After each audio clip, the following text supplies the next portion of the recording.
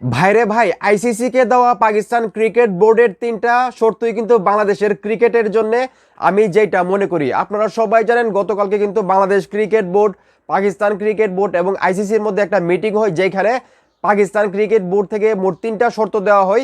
এই তিনটা শর্ত মানলেই কিন্তু তারা বলতেছে ভারতের বিপক্ষে যেই ম্যাচটা বিশ্বকাপে বয়কট করেছিল সেই ম্যাচটা খেলবে।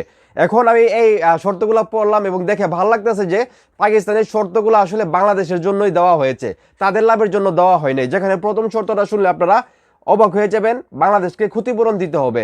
মানে বাংলাদেশ যেহেতু টি-20 বিশ্বকাপে খেলতেছে না, বাংলাদেশের কিন্তু আর্থিকভাবে একটা বিশাল পরিমাণ লস হবে।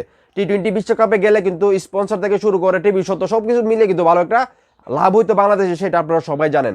তো পাকিস্তানের তো প্রথম শর্তেই কিন্তু বলা হচ্ছে বাংলাদেশকে ক্ষতিপূরণ দিতে হবে, এবং দ্বিতীয় যে শর্ত সেখানে বলা হচ্ছে বাংলাদেশকে টি-20 বিশ্বকাপের অংশগ্রহণ ফি দিতে হবে। চিন্তা করে দেখেন, মানে বাংলাদেশ যদি টি-20 বিশ্বকাপে অংশগ্রহণ করতো, মানে প্রত্যেকটা যেই দেশ আসলে বিশ্বকাপ খেলে তাদেরকে একটা ফি দেওয়া হয় 3 কোটি 3.5 কোটি টাকার মতো, আমি যতটুকু জানি।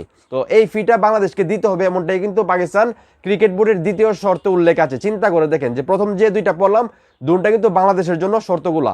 তারপরে তৃতীয় যে শর্ত আছে সেখানে বলা হচ্ছে ভবিষ্যতে আইসিসি টুর্নামেন্ট আয়োজনের মানে স্বীকৃতি দিতে হবে।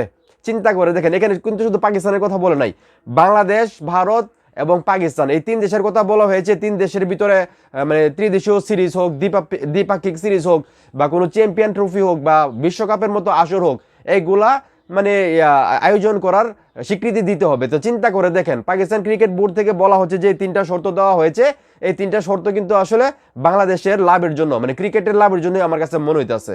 তো এখন এই মুহূর্তে যারা আমার এই ভিডিও দেখছেন, এই যে পাকিস্তানের তিনটা শর্ত, যেগুলো শুনে বা পরে আমার কাছে মনে হচ্ছে যে বাংলাদেশের ক্রিকেটের ভালোর জন্যই আসলে পাকিস্তান শর্তগুলো দিয়েছে। আমি কি আসলে ঠিক বুঝতেছি না?